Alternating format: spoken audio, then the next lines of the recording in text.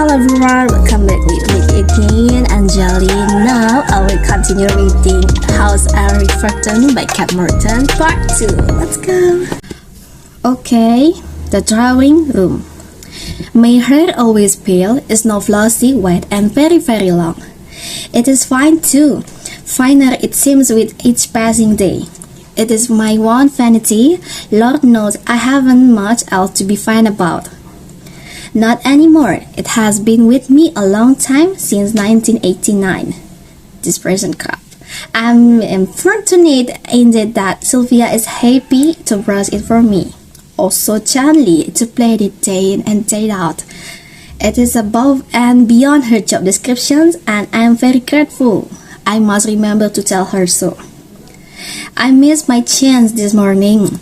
I was too excited. When Sylvia brought my juice, I could barely drink it. The thread of nervous energy that had infused me all week had overnight become a knot. She helped me into a new peach dress, the one Ruth bought me for Christmas, and exchanged my slippers for the pair of outside shoes usually left to languish in my wardrobe. The latter was firm, and Sylvia had to push to make them fit. But such price respectability, I am too old to learn new ways and cannot abide the tendency of the younger residents to wear their slippers out. Face paint restored some life to my cheeks, but I was careful not to let Sylvia overdo it. I am wary of looking like an undertaker's mannequin. It doesn't take much rouge to tip the balance. The dress of me is so pale, so small. With some effort, I dropped the gold cloth around my neck. Its 19th century elegance incongruous accents my utilitarian clothing. I straightened it, wondering at my darling, wondering what Ruth would say when she saw. My gaze dropped. The small silver frame on my dressing table. A photo from my wedding day. I would just as happily not have had it there. The marriage was so long ago and so short-lived, poor John, but it is my concession to Ruth. It pleases her, I think, to imagine that I paint for him. Sylvia helped me to the drawing room. It still rankles to call it such, where breakfast was being served and where I was to wait for Ruth, who had agreed, against her better judgment, she said, to drive me to Riverton Studios.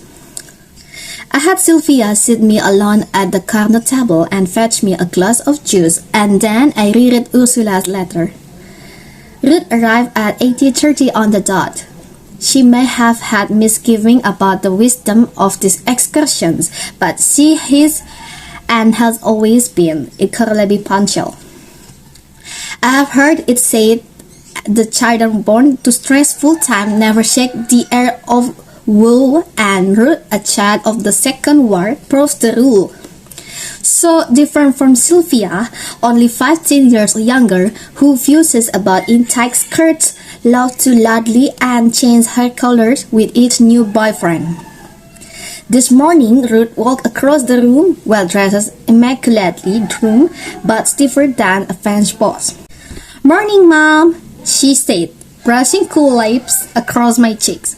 "Finished your breakfast yet?" She glanced at my half-empty glass before me. "I hope you have more than that. We'll likely hit morning traffic on the way, and we won't have time to stop for anything." She looked at her watch. "Do you need to visit the loo?" I shook my head, wondering when I had become a child. "You're wearing father's locket. I haven't seen in an age." She reached forward to straighten it, nodding approval. "He had an eye, didn't he?" I agreed, touched by the way little untruth told to the very young are believed so implicitly. I felt a wave of affection from my prickled daughter, repressed quietly, retired old parental guilt that always surfaced when I looked upon her anxious face.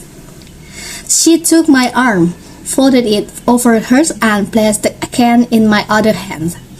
Many of the others prefer walking frames or even those motorized chairs.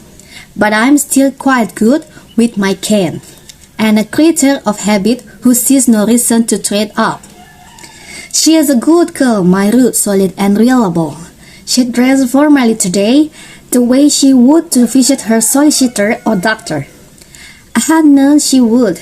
She wanted to make a good impression. Show this filmmaker that no matter what her mother might have done in the past, Ruth Bradley McCord was respectably middle class. Thank you very much. We drove in silence for a way. Then Ruth began tuning the radio. Her fingers were those of an old lady, knuckles swollen where she'd forced on her rings that morning. Astounding to see one's daughter aging, I glanced at my own hands then, folded in my lap. Hands so busy that in the past, performing tasks both manual and complex. Hands that now sat gray, flaccid, and inert.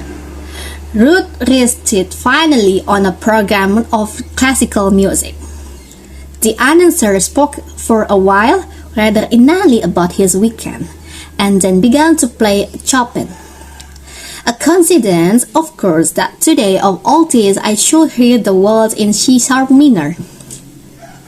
Ruth pulled over in front of several huge white buildings, squares like aircraft hangars. She switched off the ignition and sat for a moment, looking straight ahead. I don't know why you'd have to this, she said quietly, lips sucked tight. You have done so much with your life. Traveled, studied, raised a child. Why do you want to be reminded of what used to be? She didn't accept an answer, and it didn't give one. She sighed abruptly, hopped out of the car, and fetched my can from the boot. Without a word, she hauled me from my seat. A young woman was waiting for us. A slip of a girl with very long blonde hair, and that fell straight down her back and was cut in a thin fringe at the front. She was the type of girl one might have labeled plain had she not been blessed with such marvelous dark eyes. They belong on an old portrait, round, deep, and expressive, the rich color of weight paint. She rushed toward us, smiling, and took my hand from Ruth's arms. Mrs. Bradley, I'm so happy you could make it. I'm Ursula. A young man had appeared beside me, clutching a makeshift tray of motley mugs and an old jam jar full of sugar. He released his load onto the side table and Ursula began distributing them. Ruth passed one to me. Mom, what is it? She pulled out of a handkerchief and reached for my face. Are you unwell? Could feel then that my cheeks were not moist. It was the smell of the tea that did it. And being there in that room, sitting on that Chesterfield, the weight of distant memories of long-held secrets, the clash of past and present. Grace, can I get you something? This was Ursula's. Would you like the heating turned down? I'm going to have to take her room, Ruth again. I knew this wasn't a good idea. It's far too much for her. Yes, I wanted to go home. To be home, I felt myself being hoisted up, my can thrust into my hand, voice roiled up about me. I'm sorry, I said to no one in particular. I'm just so tired, so long ago.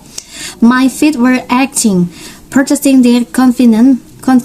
Someone, Ursula perhaps, reached out to steady me. A cold wine slapped my damp cheeks.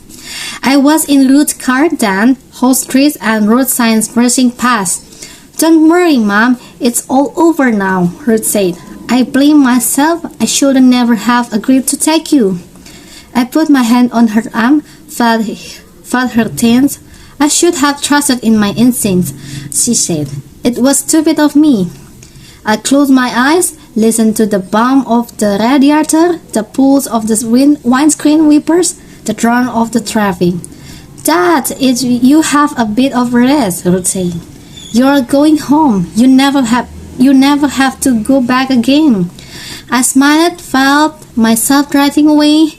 It's too late. I am home. I am back.